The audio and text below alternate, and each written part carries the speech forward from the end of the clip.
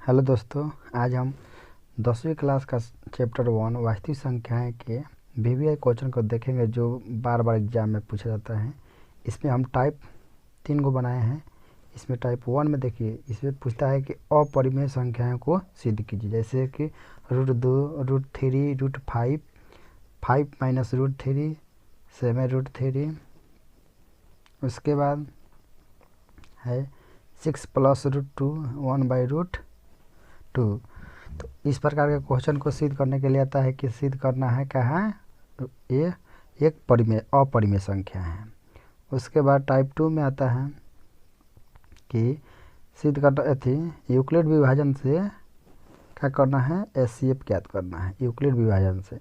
जैसे क्वेश्चन हम सेट किए हैं, एक नंबर में 135 और 225, 2 नंबर में है 867 और 255, 3 नंबर में 616 और 32, और 4 नंबर में है 4052 और 12576 का एचसीएफ ज्ञात करना है, वो भी किस विधि से, यूक्लिड विभाजन से। इसके बाद टाइप 3 में है कि निम्नलिखित का अभाज्य गुणनखंड विधि द्वारा मौस और लौस ज्ञात करना है। इसमें क्वेश्चन एक में है 510 और 92, 2 नंबर में 26 और 91। इसके बाद 3 नंबर में है 17, 23, 29, 4 नंबर में 96 और 404, और 5 नंबर में 68 और 22। उसके बाद 6 नंबर में है 9, 12 और 27। इसके बाद टाइप 4 में है दर्शाइए कि कोई भी धनात्मक विषम पूर्णांक 6q + 1, 6q + 3 या 6q + 5 के रूप का होता है जहाँ q कोई पूर्णांक है। तो इस से 4 टाइप बनाए हैं। इस 4 टाइप में से एकदम किसी भी एग्जाम में देख लीजिए, आप क्वेश्चन बैंक उठा कर देख लीजिए, एक ना एक क्वेश्चन ज़रूर पूछता है। तो इसमें से एकदम पक्का है कि 2 या 4 क्वेश्चन आपको देखने का मिलेगा। इसमें चलिए 1 नंबर क्वेश्चन को देखते हैं। इसमें क्वेश्चन को सिद्ध दिया है 1 नंबर में, सिद्ध कीजिए कि √2 एक अपरिमेय संख्या है। इसको हल करना बहुत आसान है। जो दिया होता है उसको उल्टा मान लेते हैं। जैसे माना कि √2 परिमेय संख्या है जो दिए गए के विपरीत है। इसके बाद जब इसको परिमेय माने हैं तो क्या है, इसलिए √2 बराबर a/b, जहाँ a b कोई क्या है, सह अभाज्य पूर्णांक है। b बराबर 0 नहीं है। सह अभाज्य का मतलब क्या है, उसका कोई गुणनखंड एक के अलावा दूसरा कोई नहीं है। अब इसको देखिए, यहाँ से b को तिरछा गुना करेंगे तो क्या हो जाएगा, b√2 बराबर इधर बचेगा a।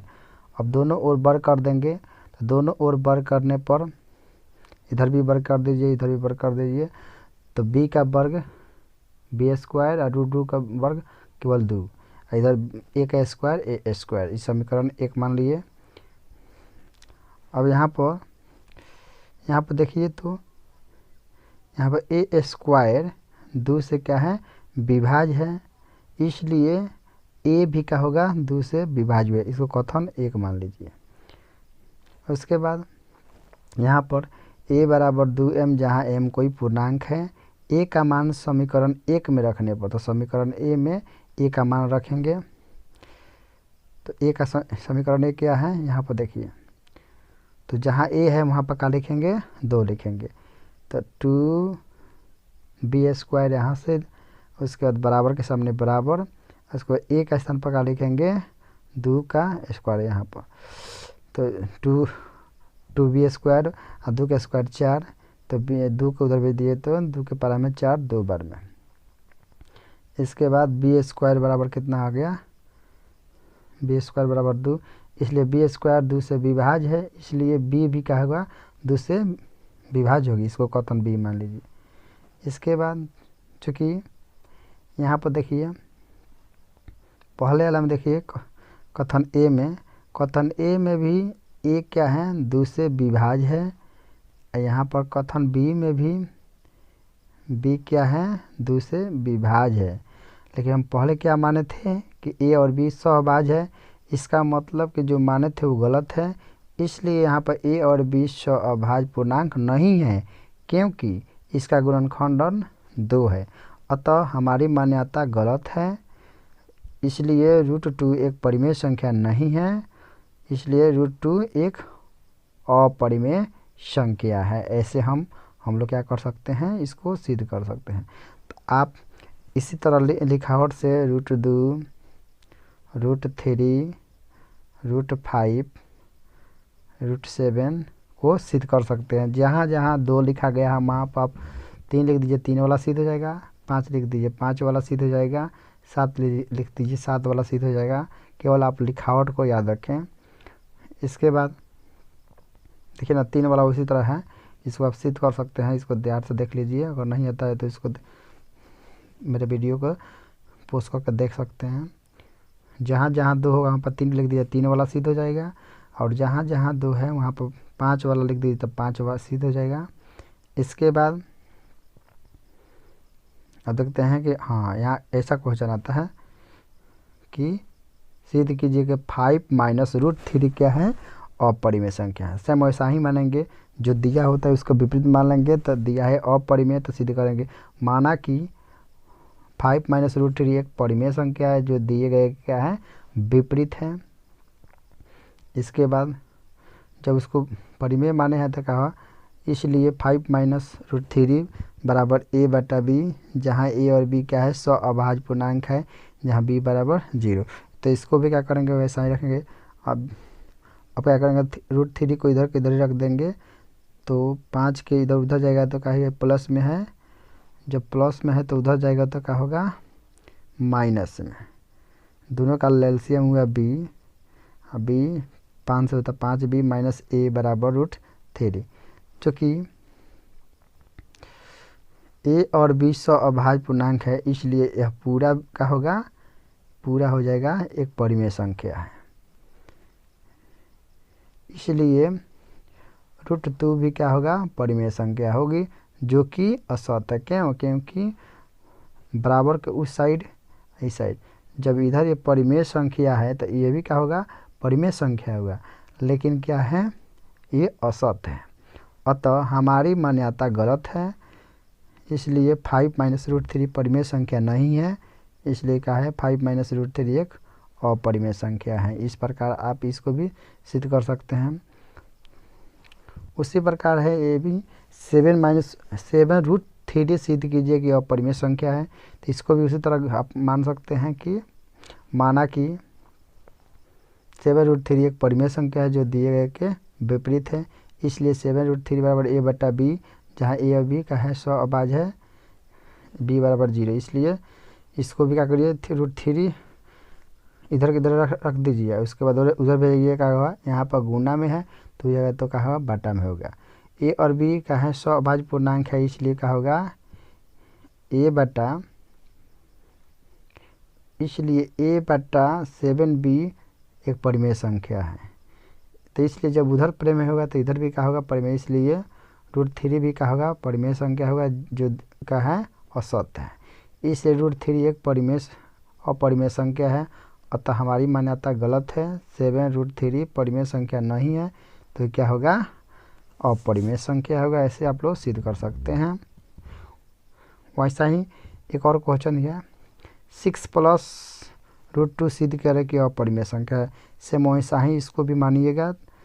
तिरछा ले जाकर यहाँ पर प्लस है तो इधर माइनस हो जाएगा, उसका एलसीएम लीजिएगा तो इतना आएगा। ए और बी कोई पूर्णांक है, इसलिए क्या होगा, जब पूर्णांक है तो क्या होगा, परिमेय संख्या होगा। और जब परिमेय होगा तो उधर वाला भी परिमेय होगा। लेकिन इधर क्या है, √2 है, जो क्या है, परिमेय संख्या नहीं है, जो कि असत है। इसलिए √2 अपरिमेय संख्या है। अतः हमारी मान्यता गलत है। 6 प्लस √2 एक परिमेय संख्या नहीं है। जब परिमेय संख्या नहीं है तो क्या है, तो यह एक अपरिमेय संख्या है। तो इसलिए 6 प्लस √2 एक अपरिमेय संख्या है। इसके बाद 7 नंबर में है, सिद्ध करें कि 1/√2 एक अपरिमेय संख्या है। सेम ऐसा ही मानेंगे इसको भी। माना कि 1/√2 एक परिमेय संख्या है, जो दिए गए के विपरीत है। इसको भी मानेंगे 1/√2 बराबर a बटा b, जहाँ a और b सहभाज्य पूर्णांक है, b बराबर 0। तो b को उधर लाएंगे तो b से जब 1 से गुना होगा तो b हो गया, और √2 से a से गया था का √2a। अब दोनों का कर दीजिए, बर कर दीजिए, तो b का स्क्वायर b और √2a का स्क्वायर 2a²। तो b स्क्वायर 2 से विभाज्य है, इसलिए b भी क्या होगा, 2 से विभाज्य हुआ। कथन a मान लीजिए, b बराबर 2m, जहाँ m कोई पूर्णांक है, b का मान समीकरण 1 में रख दीजिए, यहाँ पर रख दीजिए समीकरण 1 वाला में। तो 2m² का होगा 4m², 2a² का 2a², 2 को इधर भेजिएगा तो क्या होगा, बट्टा में 4 के बट्टा में चलेगा तो 2 से कटेगा तो क्या होगा, 2 बराबर a²। तो 2 बराबर a², तो a² 2 से विभाज्य है, इसलिए a भी क्या होगा, 2 से विभाज्य होगा। क्योंकि इसको कथन b मान लीजिए, हम a और b को क्या माने थे, सहअभाज्य। तो a और b को सहअभाज्य पूर्णांक नहीं है, क्योंकि इसका गुणनखंडन दोनों में देख रहे हैं कि 2 है, इसलिए हमारी मान्यता का है गलत है। 1/√2 एक परिमेय संख्या नहीं है। जब परिमेय संख्या नहीं तो क्या होगा, वह एक अपरिमेय संख्या होगा। इसमें से आप लोग इसको पूरा से पूरा हल कीजिएगा, क्योंकि एक ना एक क्वेश्चन जरूर आता है एग्जाम में इसमें से। उसके बाद 2 नंबर पे देखिए, टाइप 2 है, निम्नलिखित का मौसा यूक्लिड विभाजन एल्गोरिथम का प्रयोग करके ज्ञात कीजिए। जैसे 1 नंबर है 135 और 225। तो इसको सॉल्व करिए खूब ध्यान से। देखिए, अगर आपको एलसीएम निकालने, एचसीएफ निकालने आ रहा है तो समझ जाइए कि ये यूक्लिड विभाजन पर बैठा सकते हैं। ये सबसे पहले इसमें जो 12 है उसमें से छोटे वाले से क्या कीजिए, भाग की विधि से इसको एलसीएम ज्ञात कीजिए, सॉरी एचसीएफ ज्ञात कीजिए। तो 235 में एक बार में, तो 135 में से 10 में से 5 गया 0, उसके बाद 90, यहाँ पर 12 में से 3 गया 9, उसको 135 को यहाँ पर लिख दीजिए। तो 90 के पहाड़ा में एक बार 90, जब 135 में से 90 घटा 45, अब 90 को यहाँ पर लिख दीजिए, उसके 45 के पहाड़ा में 90 2 बार में, इसको यहाँ पर सरिया दीजिए, यूक्लिड विभाजन एल्गोरिथम का प्रयोग। तो 225 a बराबर b³ प्लस r, ये क्या होता है, यूक्लिड विभाजन एल्गोरिथम का सूत्र होता है। तो 225 को इधर लिख दीजिए, इसमें गुना करके अब 90 को क्या कर दीजिए, जोड़ कर दीजिए। तो पहले में लिख दीजिए बराबर में, फिर 135 को यहाँ पर लिख दीजिए, 90 में गुना कर दीजिए 1 से, 45 जोड़ दीजिए, फिर 90 को लिख दीजिए यहाँ पर, उसके 45 में गुना कर दीजिए 2 से, आज जोड़ दीजिए शेष को तो 0। तो अंत में कितना आ गया, शेषफल 0। इसका मतलब कि एचसीएफ क्या हो गया, तो अंत वाला में जो यहाँ पर लिखा होता है b का मान वही होता है एचसीएफ। तो मौसा बराबर क्या हुआ, 45। सेम उसी प्रकार इसको भी आप लोग बना सकते हैं। इसको किसी हालत में आप लोग याद करके बना लीजिएगा। देखिए ना, एकदम से हमें वैसा ही इसको बैठाते जाइए, बढ़ाते जाइए। अंत में से अब इसका मान कितना आया, इसका मान आया 51। इसके बाद 3 नंबर का है 616 और 32 में, तो इसमें भी उसी प्रकार से है। जब 0 अंत में आ गया, इसका मतलब कि आंसर आया, एचसीएफ कितना आया, 8 आया। इसका 4 नंबर में है 4052 और 12576 का एचसीएफ ज्ञात कीजिए। तो इसको भी देखिए, यहाँ से आप लोग पहले भाग विधि से बना दीजिए, जब अंत में शेष आ जाएगा तो इसको इस विधि से सरिया दीजिए। तो अंत में कितना आ रहा है, 4, इसलिए मौसा बराबर कितना होगा, 4 होगा। इसके बाद अब आता है एक लॉसा और मौसा ज्ञात करने के लिए। देखिए ना, इसमें दिया है, निम्नलिखित का अभाज्य गुणनखंडन विधि द्वारा मौसा और लॉसा ज्ञात कीजिए। तो सबसे पहले इसको 5, 10 और 92 का अलग अलग का कीजिए, गुणनखंडन कीजिए। जैसे में 5 10 का दिया 255, 3 सब कटिए, 3 8 24 और 3 5 15। उसके बाद 5 से काटिए, 5 एकम 5, 5 सत्ते 35 और 17 के पारा में एक बार में। उसके बाद इसको करिए 2 से काटिए 46 बार में, 2 से काटिए 23 बार में, और 23 को काटिए एक बार में। इसको क्या कर दीजिए,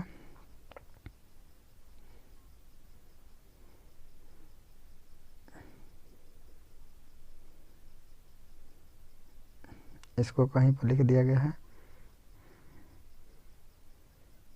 थोड़ा सा इधर उधर हो गया है दोस्तों, आप लोग इसको देख सकते हैं फिर से।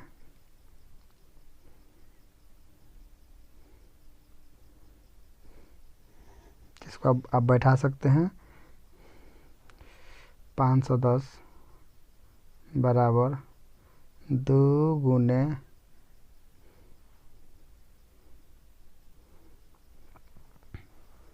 510 को, अच्छा आप समझ सकते हैं, दूसरा क्वेश्चन को बता देते हैं, उसी प्रकार लिख लीजिएगा।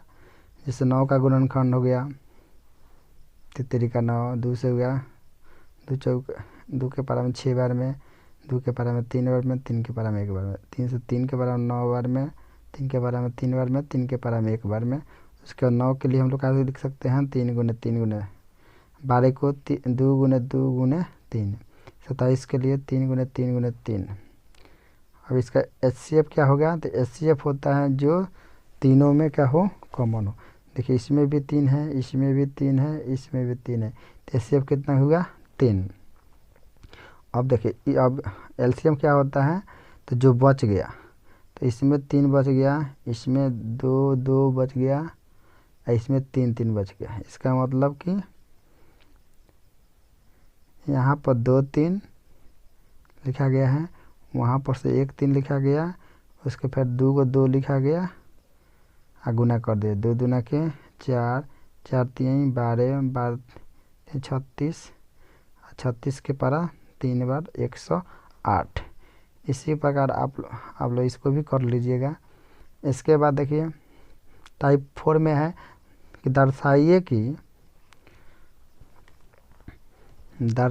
कि कोई भी धनात्मक विषम पूर्णांक 6q+1, 6q+3, 6q+5 के रूप का होता है जहाँ q कोई पूर्णांक है। तो इसको हल में लिखेंगे, माना कि ए कोई धनात्मक विषम पूर्णांक है, b बराबर, तो 6 हमको सिद्ध करना है, इसलिए b बराबर का होगा 6 मान गया।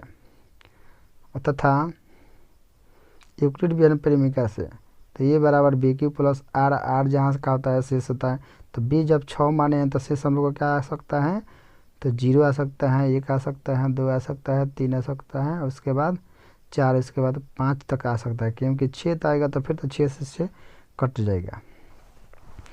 इसके बाद आगे अब शेष को मानेंगे, जब r बराबर पहले 0 रखेंगे तो क्या, r के स्थान पर जब 0 जाएगा तो क्या होगा 6q, r का मान 1 रखेंगे तो 6q+1, r का मान अगर 2 रखेंगे तो क्या होगा 6q+2, r के मान 3 रखेंगे तो क्या होगा a बराबर 6q+3, r का मान 4 रखेंगे तो 6q+4, अगर 5 रखेंगे तो क्या होगा 6q+5, 6q+5 होगा। तो इसलिए a का संभव मान का होगा, पूरा हो जाएगा 6q, 6q+1, 6q+2, 6q+3, 6q+4, 6q+5 है। इसमें से चूँकि 6q+2, 6q+4 एक विषम पूर्णांक नहीं है, क्यों, क्योंकि इसमें सब में क्या है, 2 उभयनिष्ठ है, 2 क्या है, उभयनिष्ठ है। तो इसलिए जब वो नहीं होता क्या हो, कौन कौन संख्या बच गया, तो 6q+1, 6q+3, 6q+5 एक विषम पूर्णांक होगा, यही आंसर है। तो दोस्तों आप लोग इस टाइप से पूरा का पूरा क्वेश्चन 3 ही तरह से पूछता है, इसलिए आप लोग किसी तरह इस चैप्टर में से तीनों टाइप को एकदम क्वेश्चन को बना के एकदम एक्सरसाइज कीजिए, जब आपको परीक्षा में प्रथम अंक लाना है तो। Thank you.